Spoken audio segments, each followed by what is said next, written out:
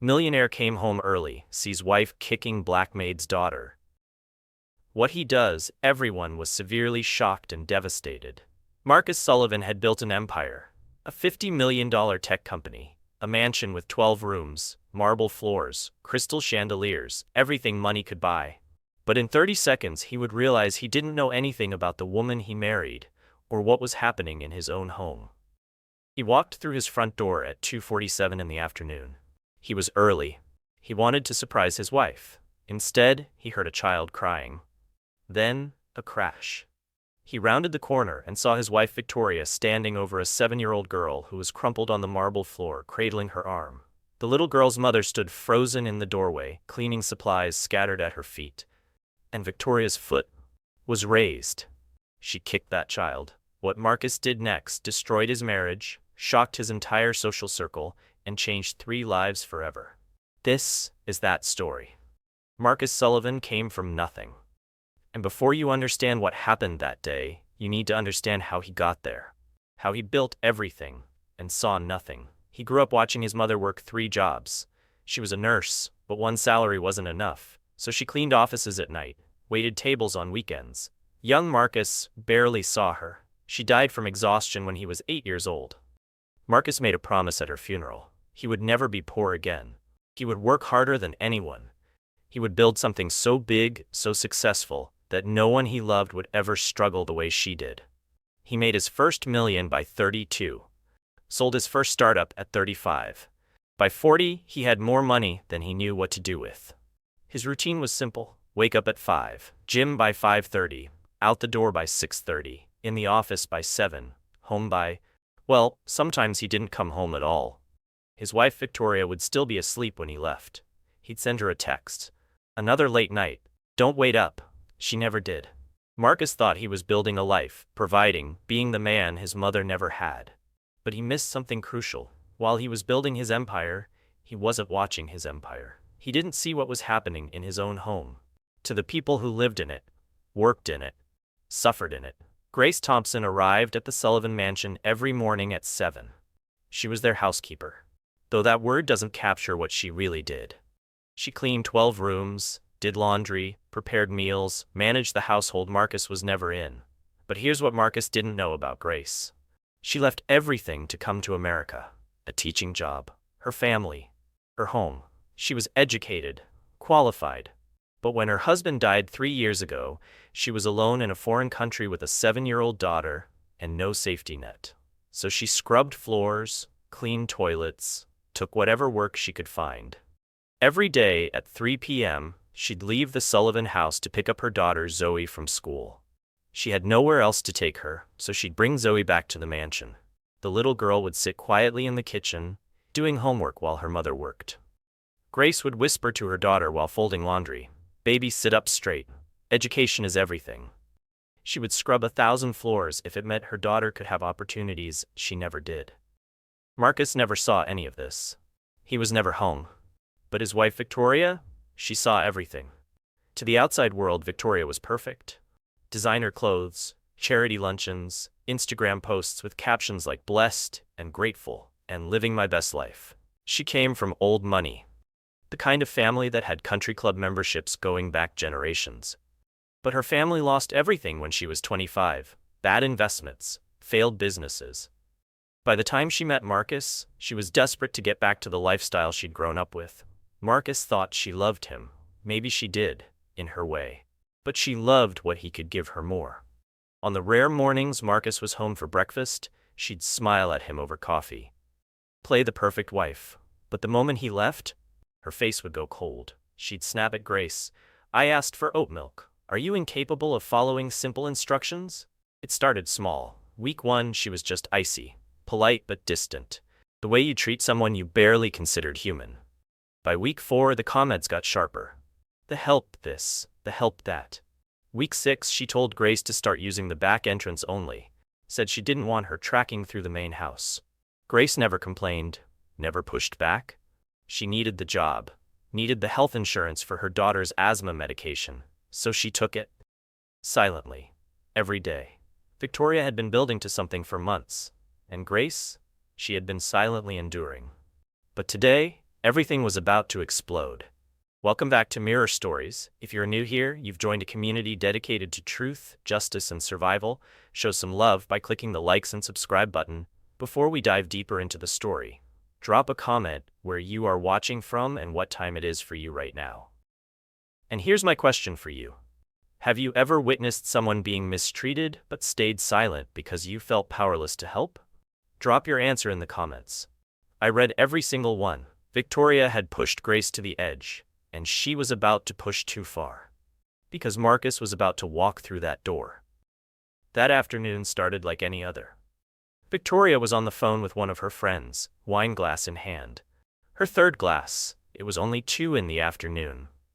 Little Zoe was sitting on the kitchen floor completely absorbed in her drawing. She'd used every colored pencil in the box. The picture showed a little girl and a woman holding hands, hearts drawn all around them. At the bottom, in careful crayon letters, she'd written, "My mom is my hero." Grace was upstairs cleaning the master bathroom.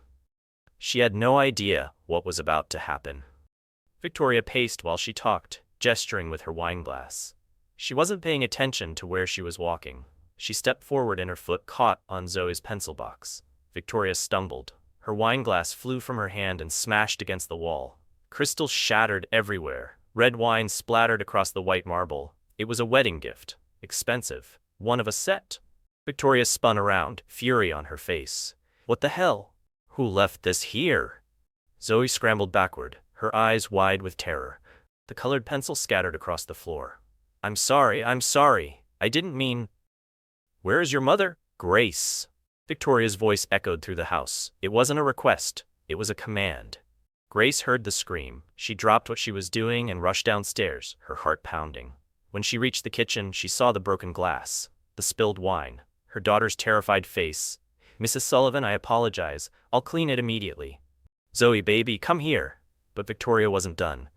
Do you know how much that cost? Do you have any idea? Of course you don't. You people never do. The words hung in the air. You people. Grace went very still. Zoe was crying silently now, the kind of crying children do when they're too scared to make noise. I will replace it from my paycheck, Grace said quietly. Victoria laughed. It was a cruel sound. Your whole month's salary wouldn't cover it. Grace knelt down and started picking up the broken glass with her bare hands, sharp edges. She didn't care. Her daughter was watching, tears streaming down her face, and all Grace could think was, keep your head down. Don't make it worse. You need this job. Zoe stood frozen, watching her mother bleed. 30 years ago, Marcus had watched his own mother in a moment just like this. He was 8 years old, sitting in a school office. His mother had been called in. She was still wearing her nurse scrubs from her morning shift. She smelled like antiseptic and exhaustion. The teacher sat across from them, her face pinched with disapproval. Marcus is very bright, but he's disruptive. Maybe if you spent more time with him at home. His mother's voice was quiet. Defeated. I work 3 jobs to keep him in this school. I'm doing the best I can. The teacher's expression didn't change. Perhaps a different school environment would be more suitable. Young Marcus watched his mother's face crumble. She reached over and squeezed his hand so tight it hurt. But she didn't say anything else. She couldn't. She needed that school to give her son a chance. She needed to keep her head down. Just like Grace was doing now, 30 years later, in Marcus's kitchen. History repeating itself. And Marcus had no idea. An hour passed. Grace finished cleaning the wine and glass. Victoria had gone upstairs. Zoe was still in the kitchen, shaken, trying to go back to her drawing. But she couldn't concentrate. She needed to use the bathroom. Grace was outside now, cleaning windows. Zoe looked around, uncertain. She was 7 years old. She needed help. She found Victoria in the living room, scrolling through her phone. Excuse me, Mrs. Sullivan? May I please use the restroom? Victoria didn't look up. The one in the pool house, not the main bathrooms. But, it's locked. Victoria's thumb kept scrolling. Then hold it until your mother finishes. She can take you somewhere else. Zoe stood there, shifting from foot to foot. She was a child. She couldn't wait. 10 minutes passed. Grace was still outside. Zoe made a decision. She walked carefully to the nearest bathroom, the guest bathroom on the first floor. She closed the door quietly, used the toilet, washed her hands, being so careful not to make a mess, not to touch anything she shouldn't. But Victoria heard the water running. She walked to the bathroom and opened the door. Zoe froze, her hands still wet, her eyes filling with tears. I told you not to use these bathrooms. I'm sorry, I really had to go, I couldn't. Victoria stepped into the bathroom doorway, blocking the exit. Do you think you're a guest here? Do you think you're equal to the guests who come to this house? Zoe couldn't speak. She was 7 years old and a grown woman was towering over her, voice dripping with contempt. Your mother is the help. That makes you, what? A charity case I'm forced to tolerate? Tears poured down Zoe's face. Grace appeared behind Victoria. She'd heard everything. Her voice shook, but she kept it controlled. Mrs. Sullivan, she's 7 years old. Victoria turned, and for a moment Grace saw something dangerous in her eyes. And she needs to learn her place. Just like you apparently do. Later that afternoon, Victoria walked through the kitchen. She saw Zoe's drawing on the table, the one with the little girl and the woman holding hands. She picked it up. My mom is my hero. Something about those words, that pure childish love, that contentment, made Victoria's blood boil. Because Victoria's own childhood had been cold. Critical. Her parents had withheld affection like it was a currency she had to earn. She'd grown up in a house full of expensive things and empty rooms. And here was this little girl, who had nothing, drawing pictures about how her mother was a hero. Victoria ripped the drawing in half. The sound of tearing paper echoed in the quiet kitchen. Zoe came around the corner, just in time to see it happen. Her drawing, the one she'd worked on all afternoon, torn in two. That was for my mom. Her voice was barely a whisper. Victoria looked at her, the torn pieces still in her hands. Well, now it's trash, just like... She stopped herself. But they both knew what she'd been about to say. Just like you. If you're feeling the tension building, imagine how Grace felt living through this every single day. Hit that subscribe button because you need to see how this ends. Trust me, you won't believe what happens next. Victoria had crossed every line, every boundary, every shred of human decency. But Grace couldn't fight back. She couldn't quit. She couldn't even speak up. She needed this job. The health insurance for Zoe's asthma medication cost $300 a month without coverage. The paycheck covered their rent, their food, their survival. She was trapped. And Victoria knew it. Grace found Zoe in the kitchen, crying, clutching the torn pieces of her drawing. She pulled her daughter close, whispering reassurances she didn't believe. Then Victoria came back. She'd had her third glass of wine, maybe her fourth. Her words were slightly slurred, but her cruelty was sharp. I want her out of this house. Find somewhere else for her to go after school. Grace looked up, still holding her daughter. Mrs. Sullivan, I have no one else. My shift doesn't end until...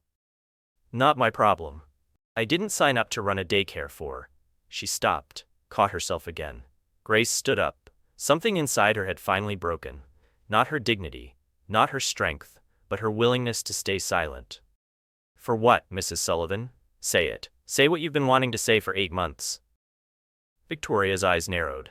Then she smiled, and what she said next was delivered with such coldness, such calculated cruelty, that it made the air in the room feel frozen. You want me to say it? Fine. I didn't sign up to have you and your daughter taking up space in my home. Touching my things, using my bathrooms. You're here to work.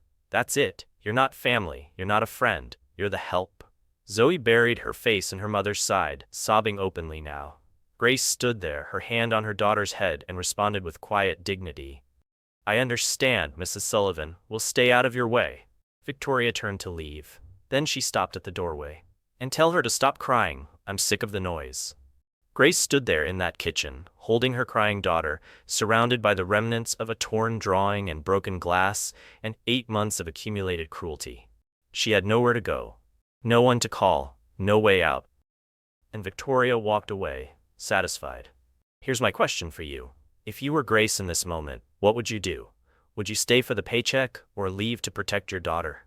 Comment below. I want to know. But what Victoria didn't know, what Grace didn't know, was that someone was about to walk through that door. Someone who had left work early for the first time in months. Someone who was about to see everything. And the choice he made in the next 5 minutes would change everything. His marriage, his life, and the lives of the woman and child standing in his kitchen. Because Marcus was about to come home. Let's go back a few hours, to that morning, before everything changed. Marcus was in his office, closing the biggest deal of his career. The Beijing contract. 18 months of negotiations, $50 million. His business partner, James Carter, sat across from him as he signed the final documents. James was more than a partner. He was Marcus's mentor, the man who believed in him when he had nothing but an idea and a laptop. They'd built this company together from the ground up. James watched Marcus sign, then leaned back in his chair. Marcus, you closed the Beijing deal. Take the afternoon off. Go home. When's the last time you saw your wife during daylight? Marcus checked his phone, scrolling through his calendar. I don't know. Thursday? James raised an eyebrow. It's Thursday. Marcus laughed. Last Thursday. James didn't laugh. He just looked at Marcus with that expression he gets when he knows his friend is missing something important. Go home, man. Work will still be here tomorrow. Marcus sat there for a moment. When was the last time he'd gone home before sunset? Before Victoria was already asleep? Before the house was quiet and dark? He made a decision. He canceled his 2 o'clock, shut down his laptop, grabbed his keys. James smiled. About time. Marcus drove home with the windows down, thinking he'd surprise Victoria.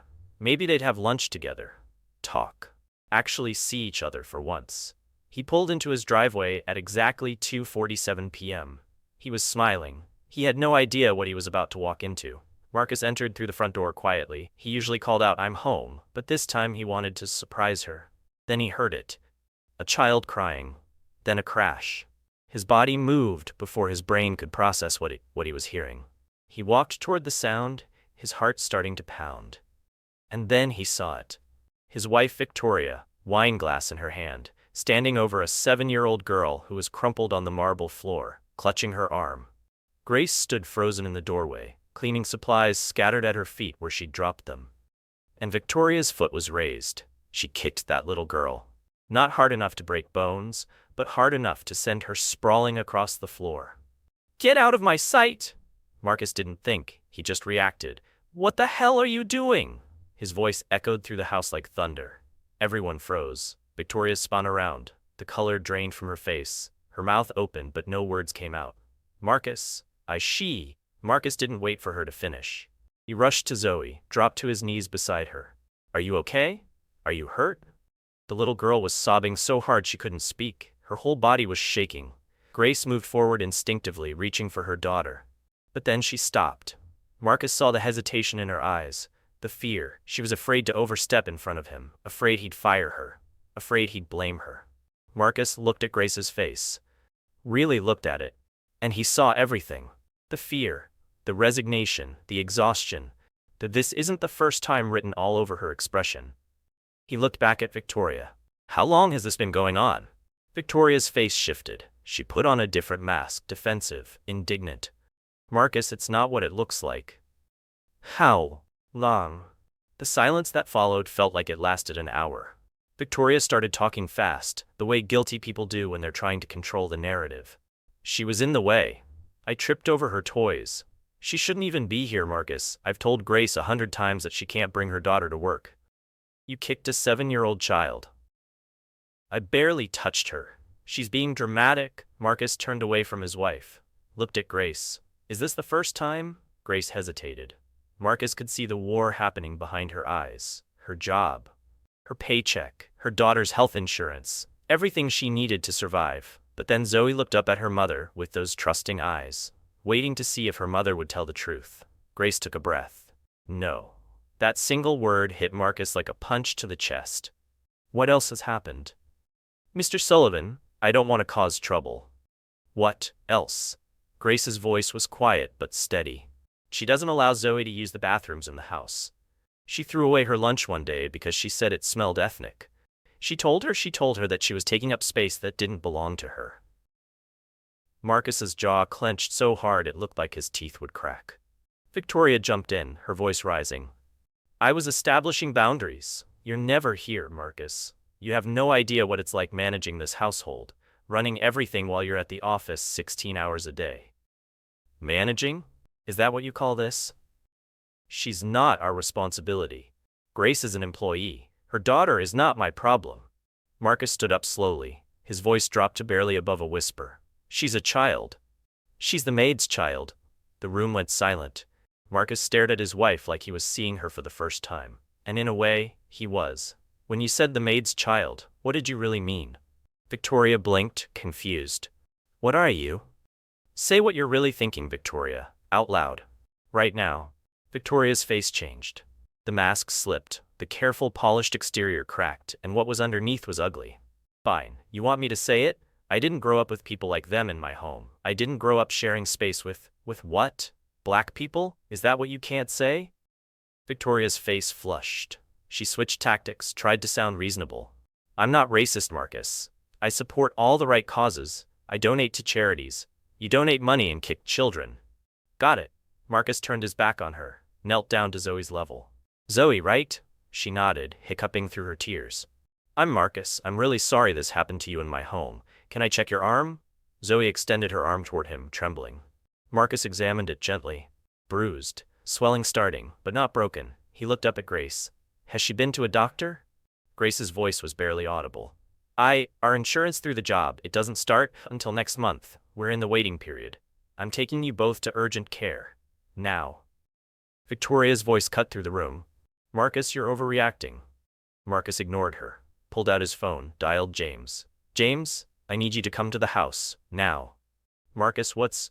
I can't explain over the phone. 20 minutes? Yeah, I'll be there. He hung up, looked at Grace. Take Zoe to my car. We're leaving. Victoria stepped in front of Marcus, her eyes wide. You're not seriously, Marcus? Think about what you're doing. The optics. What people will think. Marcus stopped, turned to face her fully.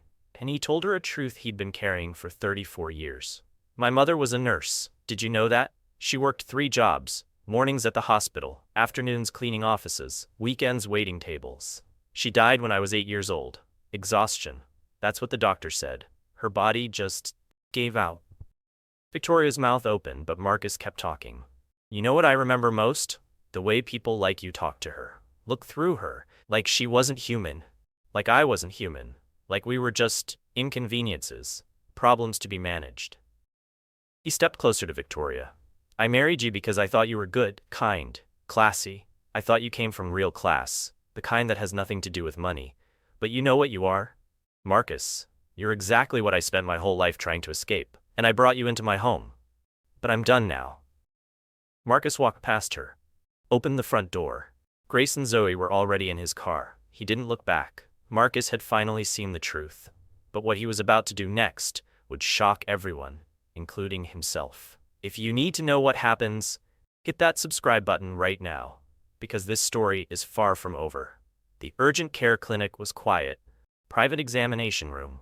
A doctor who looked at Zoe with genuine concern. She documented the bruising, asked questions, took photos for the medical record. Grace sat quietly in the corner, overwhelmed. Her hands were shaking. Marcus sat next to Zoe while the doctor worked, trying to make her feel safe. When the doctor stepped out, Marcus turned to Grace. I need to ask you something, and I need you to be completely honest with me. Have you been afraid to speak up? Grace's eyes filled with tears. Mr. Sullivan, I needed this job.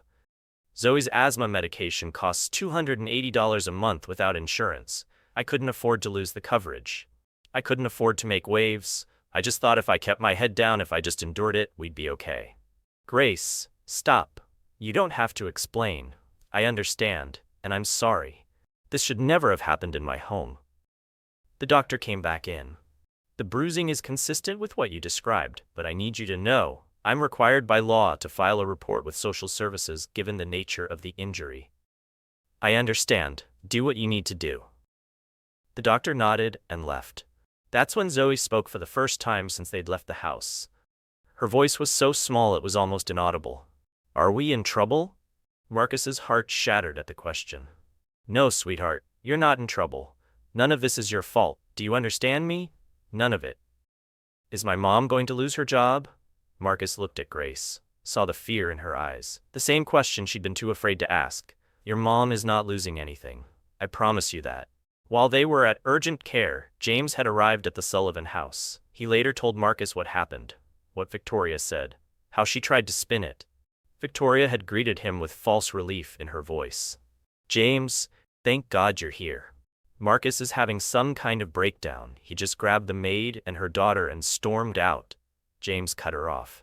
His voice was cold in a way Marcus had never heard before. A breakdown? Is that what we're calling witnessing child abuse now? Victoria's face went red. I didn't abuse anyone. I barely touched her. Victoria, I've known Marcus for 15 years. I watched him build everything from nothing. And you know what he never forgot? Where he came from. Who helped him. Who worked for him. He remembers every janitor who cleaned our first office. Every delivery person who brought us lunch when we were working 20-hour days. That's who Marcus is. What's that supposed to mean? James leaned back, studying her. It means I know exactly what you did, and why you did it. And frankly, Victoria, I saw this coming. Saw what coming? You've never seen Marcus as an equal. He was your ticket back to the lifestyle you lost when your family went broke. But you resent that he earned it and you didn't. So you take it out on people who can't fight back. People like Grace. People like that little girl. That's absurd. Is it? How many times have you made comments about those people at our company events? How many times have you pulled Marcus aside to question why he hires so many diversity candidates? How many times have you whispered about our investors, our partners, anyone who doesn't look like you? Victoria went silent. Yeah, James said. I noticed. Marcus didn't, because he wanted to believe the best in you. He wanted to believe you loved him. But I saw through you from day one. When Marcus, Grace, and Zoe returned to the house, Victoria was standing in the living room. James was sitting on the couch, watching her like a hawk. Victoria's face transformed the moment she saw Zoe. Fake concern. Crocodile tears. Oh, thank God. Zoe, sweetie, I'm so sorry. I didn't mean. Don't. Marcus's voice stopped her cold. He looked at James, then at Grace. Grace, James is going to take you and Zoe to a hotel for tonight. Tomorrow we'll discuss next steps. But you're not staying in a house where my wife works. Grace's voice was panicked. Mr. Sullivan, I can't afford. It's covered, all of it, room service. Whatever you need. James will take care of everything. James stood up, gentle with Grace in a way Marcus had never seen him before. Come on, let's get you two settled. Grace took Zoe's hand. They walked out. The door closed behind them. Marcus and Victoria were alone. Victoria started talking immediately, desperate now. Marcus, please, let's talk about this rationally. We can work through this. Rationally? You want to talk rationally? Okay, let's start with this. I'm filing for divorce. Victoria's face went white. What, Marcus? Over this? Over her? Over who you are? Over what I watched you do to a defenseless child? Over the fact that you still, even now, don't think you did anything wrong? I made a mistake. I was stressed. I'd been drinking. It won't happen again.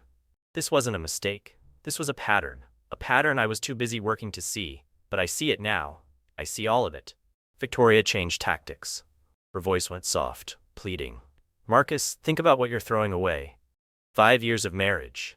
Your reputation. What will people say when they find out you divorced me over the help? Let me tell you what I don't care about anymore. Optics, social circles, country club memberships, what people think at charity galas.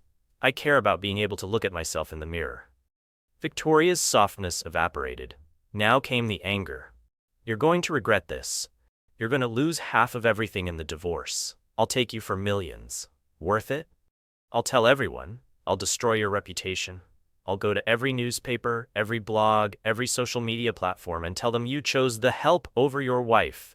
You'll be a laughingstock. Marcus walked to the front door, opened it wide. You should leave now. This is my house. Actually, it's not. It's in my name, solely. And as of this moment, you're no longer welcome here. Your belongings will be packed and sent to wherever you want them. My lawyer will contact you tomorrow morning. You can't do this. I already did. Victoria stood there, shaking with rage, disbelief written all over her face. You're really doing this. You're really choosing them over me. Marcus looked at her one last time. No, Victoria, I'm choosing to be the man my mother raised me to be. The man I should have been all along. She grabbed her purse, walked to the door, stopped. You'll regret this, Marcus, when you're alone, when you realize what you gave up. You'll regret it. The only thing I regret is not seeing you for who you were sooner. Victoria walked out. Marcus closed the door behind her, and for the first time in 5 years, his house felt clean. Do you think Marcus did the right thing, or did he overreact? Drop your honest opinion in the comments. I want to hear both sides. Victoria was gone. Marcus's marriage was over, but his decision was about to get even more shocking. Because what he did in the next 3 months, it changed everything. 3 months later, Marcus sat in Grace's apartment. It was modest, a 2-bedroom in a safe neighborhood, clean, comfortable, the kind of place where you could hear children playing outside, where neighbors knew each other's names. Nothing like his mansion, but it felt more like a home than his house ever did. Grace poured Marcus coffee at her kitchen table. In the next room, they could hear Zoe humming while she drew, the sound of a child who felt safe. Grace sat down across from Marcus, her hands wrapped around her mug. "Mr. Sullivan, I still don't understand why you're doing all this." "Marcus, please, call me Marcus, and I'm doing it because it's right.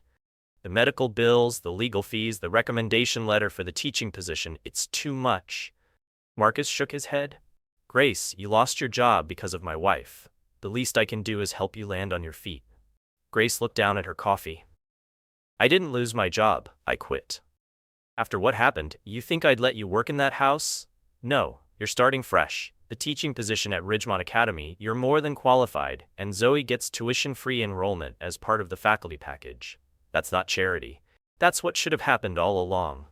Grace's eyes filled with tears. She blinked them back. "Why did you do it? Really? You could have just paid me off, written a check, made it all go away quietly, protected your reputation, your marriage, but instead you blew up your entire life. For us." "Why?" Marcus was quiet for a long moment. Then he told her something he hadn't talked about in years.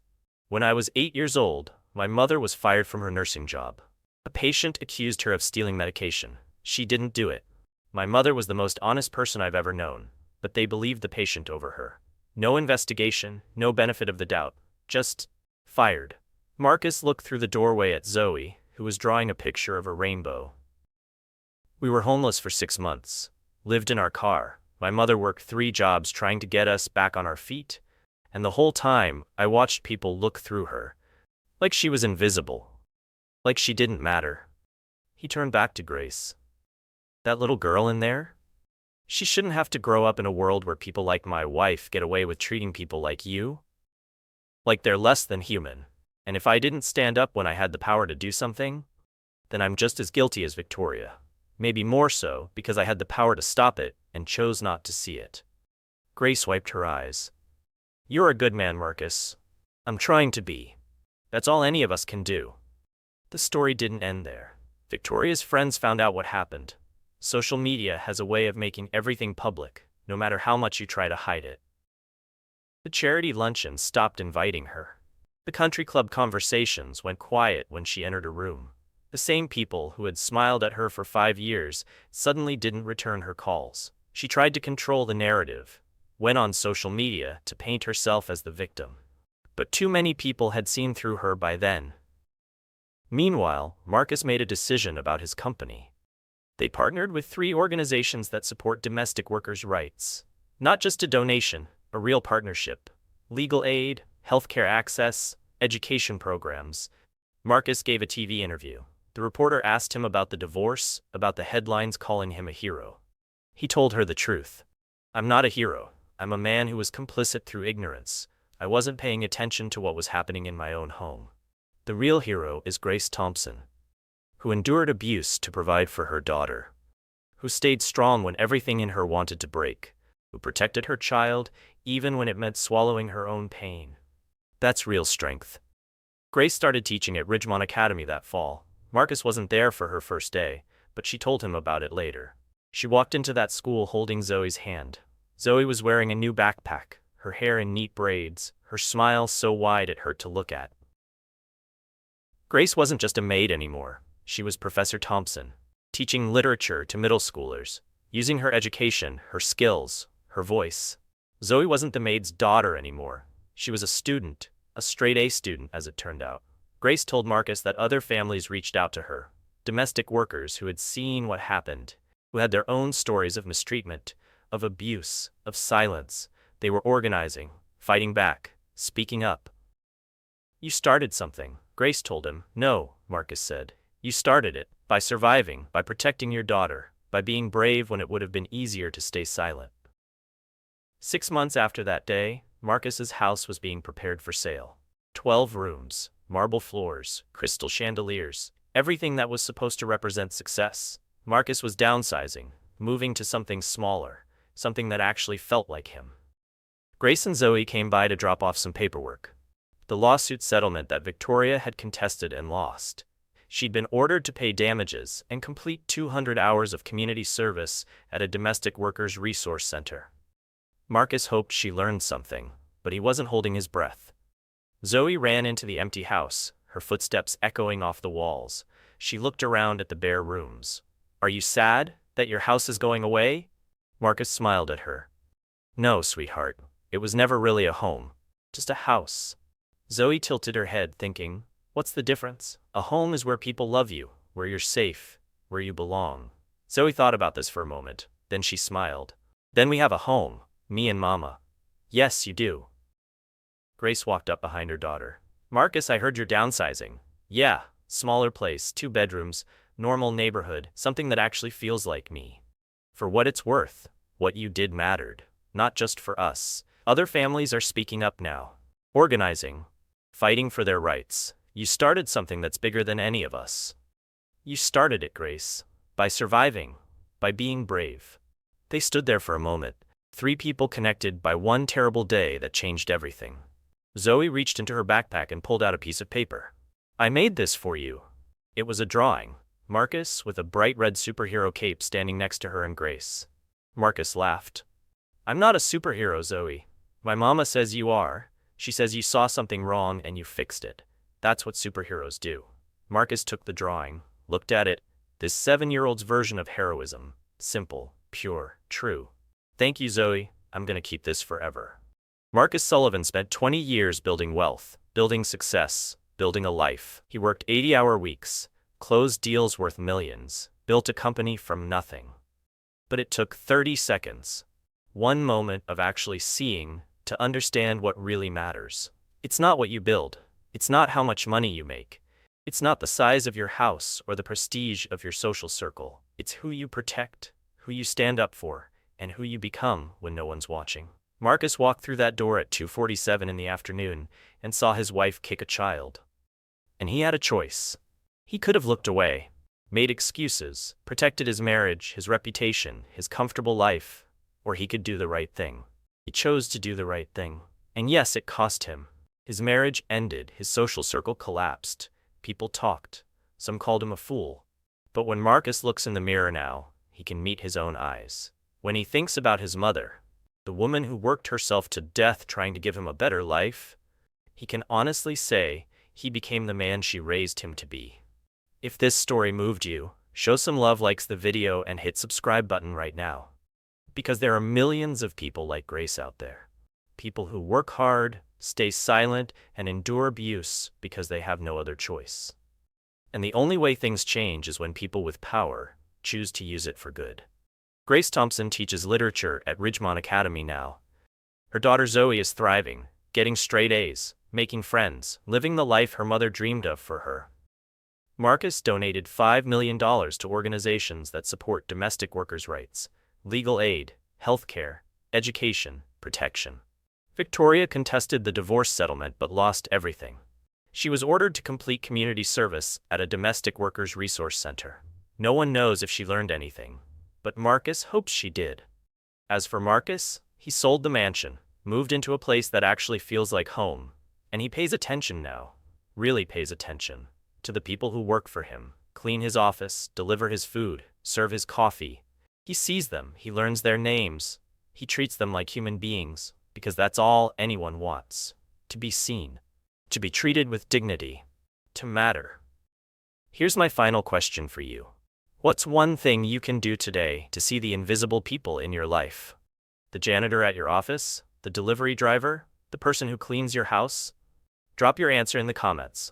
Let's start a movement of actually seeing people. The 3 of them, Grace, Zoe, and Marcus, walked out of that empty mansion together that day. The door closed behind them, and Marcus didn't look back. Because the past was behind him. And the future? The future was about becoming better. Doing better. Being better. One choice at a time. One moment of seeing at a time. One act of courage at a time. That's how the world changes. Not through grand gestures or perfect people, but through ordinary people who see something wrong and refuse to look away. Thank you for watching this story. If it changed how you see the world even just a little bit, then it was worth telling. Now go out there and be someone's superhero. Because that's what heroes do. They see something wrong, and they fix it. Millionaire came home early, sees wife kicking black maid's daughter. What he does, everyone was severely shocked and devastated.